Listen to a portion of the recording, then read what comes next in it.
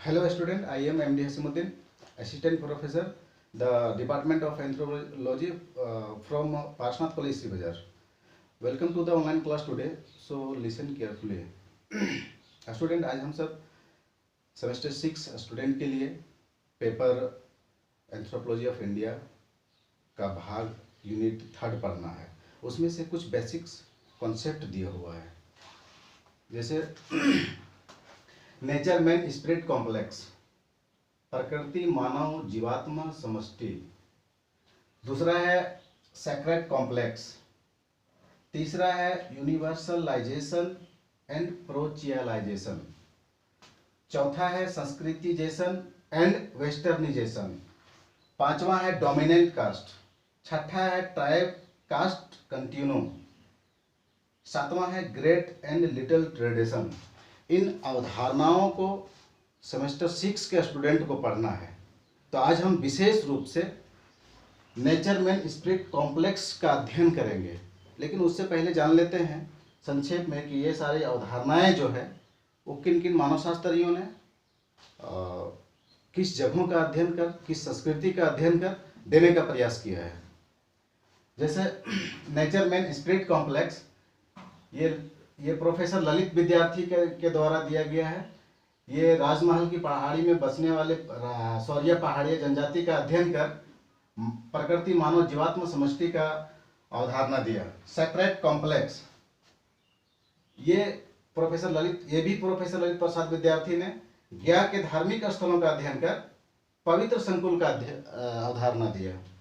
यह है universalization and प्रोचियलाइजेशन, यानी सार्वभौमिकरण और स्थानीयकरण। इस अवधारणा को मैकिम मेरिट ने यूपी के किशनगढ़ी गांव में सन 1951 या 52 ईस्वी में किशनगढ़ी गांव का अध्ययन कर सार्वभौमिकरण और स्थानीयकरण का अवधारणा दिया। आगे है संस्कृतिजेशन एंड वेस्टर्निजेशन। ये MN श्रीनिवास ने लगभग 1952 ईस्वी में कुर्ग में 1 वर्ष, तमिलनाडु में 3 माह, आंध्र प्रदेश में 4 माह और मैसूर में 1 वर्ष 1 माह अध्ययन कर संस्कृतिजेशन, संस्कृतिकरण और पश्चिमीकरण का अवधारणा दिया। इन्होंने परबल जाति का भी, डोमिनेंट कास्ट का भी अवधारणा दिया। इन्होंने विस्तार का भी अवधारणा दिया। डोमिनेंट कास्ट भी श्रीनिवास ने अवधारणा दिया है। आगे है ट्राइब कास्ट कंटिन्यूम, जनजाति जाति जनजाति निरंतरता। ये सुरजीत चंद्र सिन्हा ने 1955 या 56 ईस्वी में बंगाल के मानभूम जिला का भूमि जनजाति का अध्ययन कर ट्राइब कास्ट कंटिन्यूम का अवधारणा दिया। आगे है ग्रेट एंड लिटिल ट्रेडिशन, महान और छोटी परंपरा। ये मानवशास्त्री रॉबर्ट रॉड रेडफील्ड ने मैक्सिको के युकाटान गांव का कृषक समाज का अध्ययन कर उन्होंने फोक कल्चर ऑफ युकाटान जो 1941 ईस्वी में अपनी पुस्तक लिखा है, उसमें ग्रेट और लिटिल ट्रेडिशन का व्याख्या किए हैं। उन्होंने फोक और अर्बन कंट्री का निरंतरता का भी व्याख्या किया है। तो आज हम लोग विशेष करके नेचर मैन स्पिरिट कॉम्प्लेक्स को पढ़ेंगे, इस अवधारणा को पढ़ेंगे, व्याख्या के रूप में पढ़ेंगे। तो इससे पहले हम आप सबको को कहना चाहेंगे स्टूडेंट्स के मानव शास्त्रियों ने मानव समाज के सामाजिक जीवन, उसकी संस्कृति, उसकी सभ्यता का जो वृद्धि और क्रमिक विकास हुआ है, इन चीज़ों का अध्ययन कर अवधारणाओं को प्रतिपादित किया है कि मानव अपनी समाज, अपनी संस्कृति और अपनी सभ्यता के प्रति क्या आस्थाएं हैं, क्या विचार है और क्या व्यवहार है, इन चीज़ों को बतलाने का और व्याख्या करने का प्रयास किया है। तो भारत में विशेषकर मेनली भारत में अगर हम देखते हैं इंडियन दृष्टिकोण से मानव शास्त्रियों का अध्ययन, तो यहाँ जो संस्कृति का अध्ययन का प्रारंभ हुआ है तो ब्रिटिश शासनकाल से ही प्रारंभ हुआ है। सर विलियम जोन्स ने 1784 ईस्वी में Royal Asiatic Society of Bengal का स्थापना किया। उस समय ब्रिटिश शासन चल रही थी, तो ब्रिटिश शासन के पदाधिकारियों और प्रशासनिकों ने सिर्फ इस दृष्टिकोण से भारत की संस्कृति को जानने का प्रयास किया। सुदूर क्षेत्रों में, बिहड़ एरियाज में बसे लोगों का, ग्रामीण क्षेत्रों में बसे लोगों की संस्कृति का, जंगल क्षेत्रों में बसे लोगों की संस्कृति का जानने का इस दृष्टिकोण, जानने का जो प्रयास किया है, उसका दृष्टिकोण यह था कि भारत में उसकी शासन व्यवस्था कुशल पूर्वक चल सके। तो उसके बाद मानव शास्त्रियों ने भारत में अध्ययन करना प्रारंभ किया। जैसे एग्जाम्पल में है ऑस्कर लेविस, 1952-53 में दिल्ली के जाटों का एक गांव है रानीखेड़ा, वहाँ अध्ययन किया और उन्होंने अवधारणा दिया ग्रामीण सर्वदेशीयता का। मिल्टन सिंगर ने 1958 में मैसूर शहर का अध्ययन किया।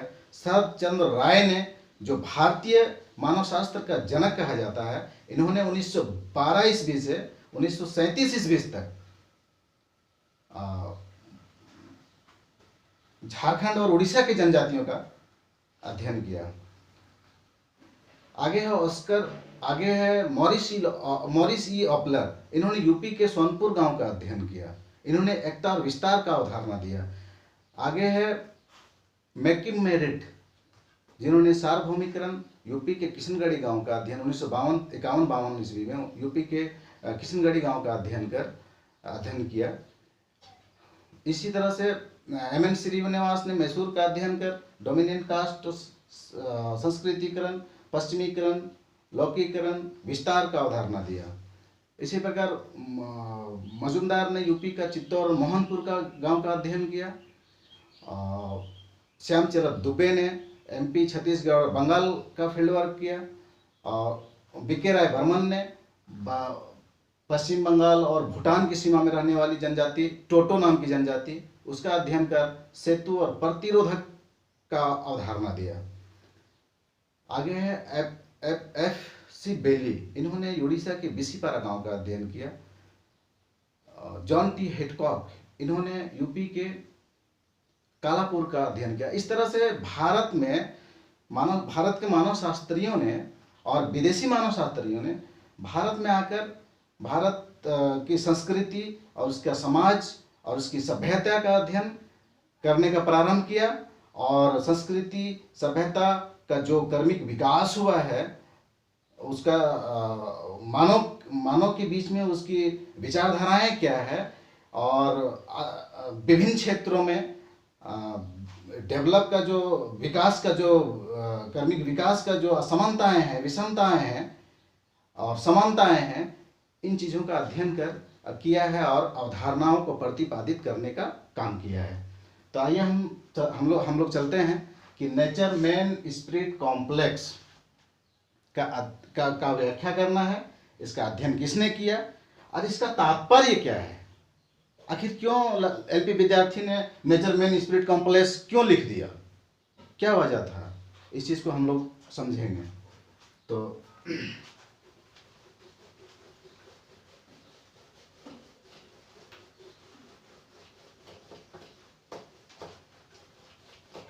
फ्रेंड्स, जैसा कि सबसे पहले हम ये जानना चाहेंगे कि प्रोफेसर एलपी विद्यार्थी कौन थे। इनके बारे में कुछ संक्षेप में जाने इनकी जीवनी को। ये पटना के बख्तियारपुर गांव में 28 फरवरी 1931 में इनका जन्म हुआ था। इनका शिक्षा दीक्षा पटना और यूपी में हुआ। 1953 ईस्वी में इन्होंने मानव शास्त्र में लखनऊ विश्वविद्यालय में MA का एग्ज़ाम में इन्होंने फर्स्ट किया, प्रथम श्रेणी से उत्तीर्ण हुआ। इसलिए इनको इंद्रजीत गोल्ड मेडल से सम्मानित किया गया और 1953 में ही बिहार विश्वविद्यालय में इनको मानवशास्त्र विभाग में व्याख्याता के रूप में चयनित कर किया गया। जब बिहार विश्वविद्यालय से रांची विश्वविद्यालय 1960 में अलग हुआ बना, उस वक्त इनको रांची विश्वविद्यालय में मानवशास्त्र विभाग में इनको मानवशास्त्र विभाग के अध्यक्ष के रूप में इनको चयनित किया गया। तो और किसी इनकी बीमारी, इनकी तबीयत ठीक नहीं रहने के कारण सन 1985 ईस्वी में रिम्स में राजेंद्र मेडिकल हॉस्पिटल में इनकी मृत्यु हो गई। तो इनको फोर्ड फाउंडेशन और शिकागो विश्वविद्यालय के द्वारा इनको सहायता राशि दिया गया कि आप राजमहल में बसे, जो साहेबगंज और दुमका के क्षेत्रों में पहाड़ी है राजमहल, वहाँ जो बसे हैं सौरिया पहाड़िया, उसका अध्ययन करने के लिए इनको सहायता राशि दिया गया। और सरकार से भी इनका निर्देश था कि जनजातियों की उसकी संस्कृति का अध्ययन करें। उसका मुख्य दृष्टिकोण यह था कि जनजातियों के लिए बहुत प्रकार की कल्याणकारी योजनाएं चलाई जा रही थी। उसके बावजूद जनजातियों में अनेक समस्याओं से जूझ रही थी। तो आइए जानते हैं कि हम लोग सरकार के द्वारा उस वक्त किस तरह के योजनाएं चलाई जा रही थी उनके प्रति, उनके विकास के प्रति। सबसे पहले है सामुदायिक विकास योजना, आगे है विशिष्ट सामुदायिक जनजातीय प्रखंड, जनजातीय विकास प्रखंड, जनजातीय विकास अभिकरण, प्रवर्तित क्षेत्र विकास दृष्टिकोण, जनजातीय उपयोजन, समेकित जनजातीय विकास दृष्टिकोण। तो इन तमाम योजनाओं को चलने के बावजूद सरकार का ये दृष्टिकोण था कि आखिर जनजातियां इन योजनाओं को अपनाती क्यों नहीं है। अगर अपनाती है तो वो डेवलप क्यों नहीं करता है। आखिर उनके हालात आज भी, उनके हालात, वो जंगलों में निवास करती है, उनके समक्ष बहुत प्रकार के समस्याएं सामने, हर दिन वो समस्याओं से जूझता है।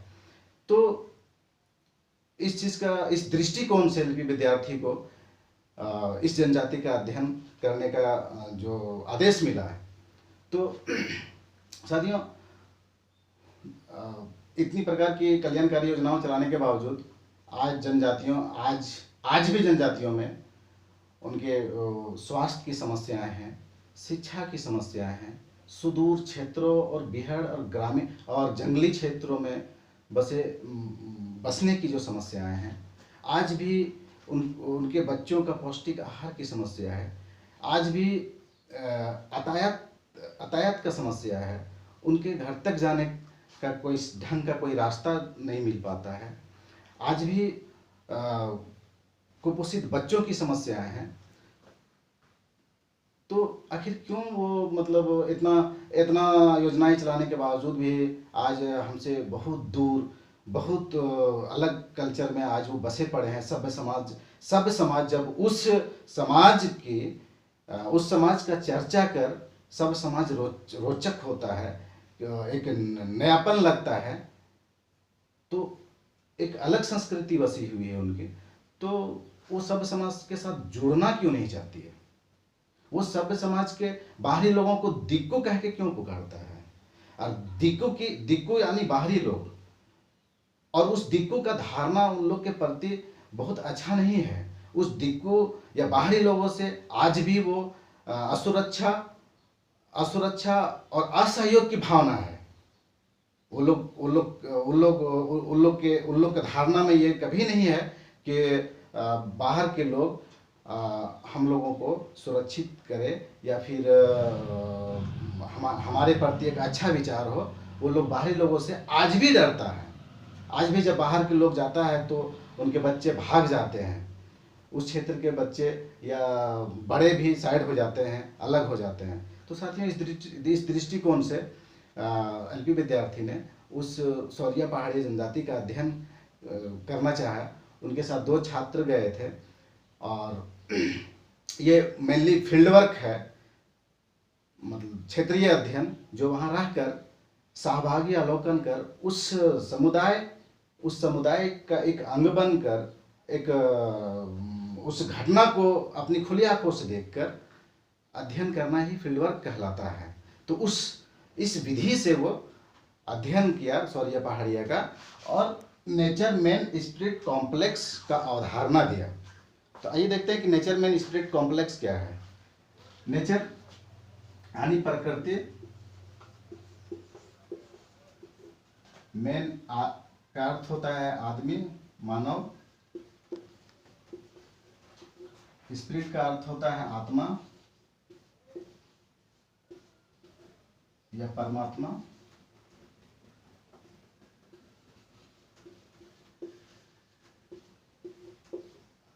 कॉम्प्लेक्स का होता है संकुल।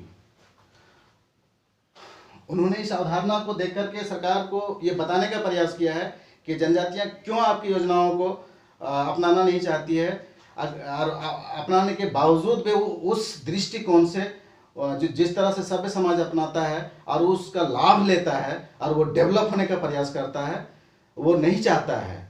आखिर क्यों नहीं चाहता है? वो इस अवधारणा को दिखाकर, इस अवधारणा को बताकर सरकार को ये बताने का प्रयास किया है कि आप जब भी जनजातियों के प्रति, जनजातियों के लिए योजनाएं का निर्माण करें, योजनाओं को बनाएं, तो उसकी संस्कृति को ध्यान में रखें और उसको ध्यान में रखते हुए योजनाओं को बनाएं।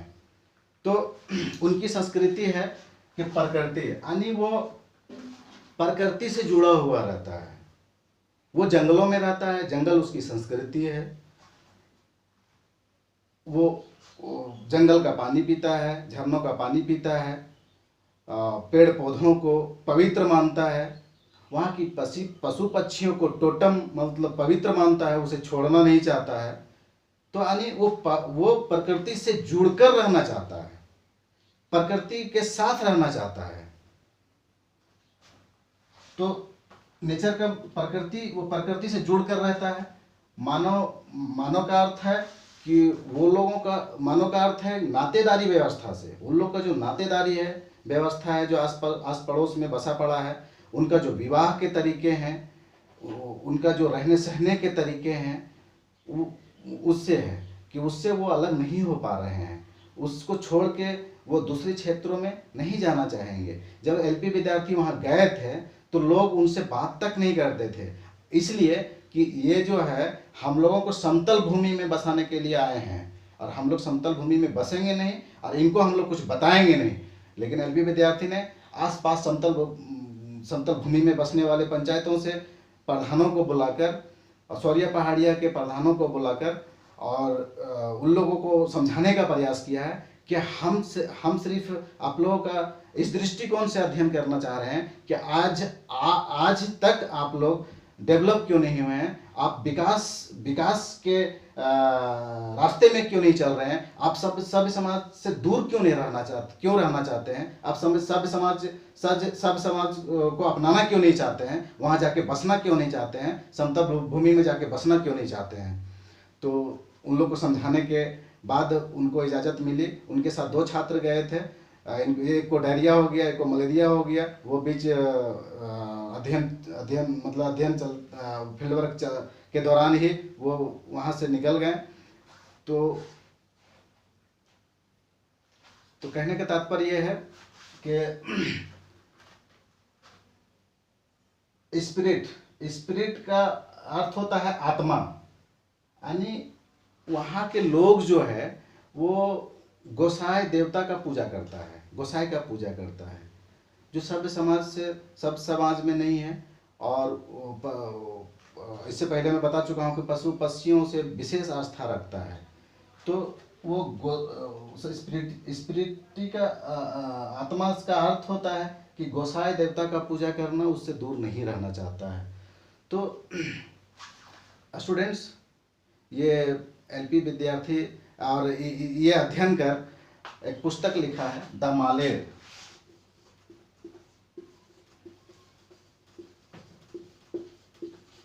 उन्नीस 1963 में और सरकार को निर्देश दिया है इस पुस्तक के माध्यम से कि आप जब भी जनजातियों के लिए योजनाएं, कल्याणकारी योजनाओं का निर्माण करें तो सबसे पहले उनकी संस्कृति को जानें, और संस्कृति को जानने के बाद ही उनके लिए किसी योजनाओं को लागू करें ताकि वो अपना सके।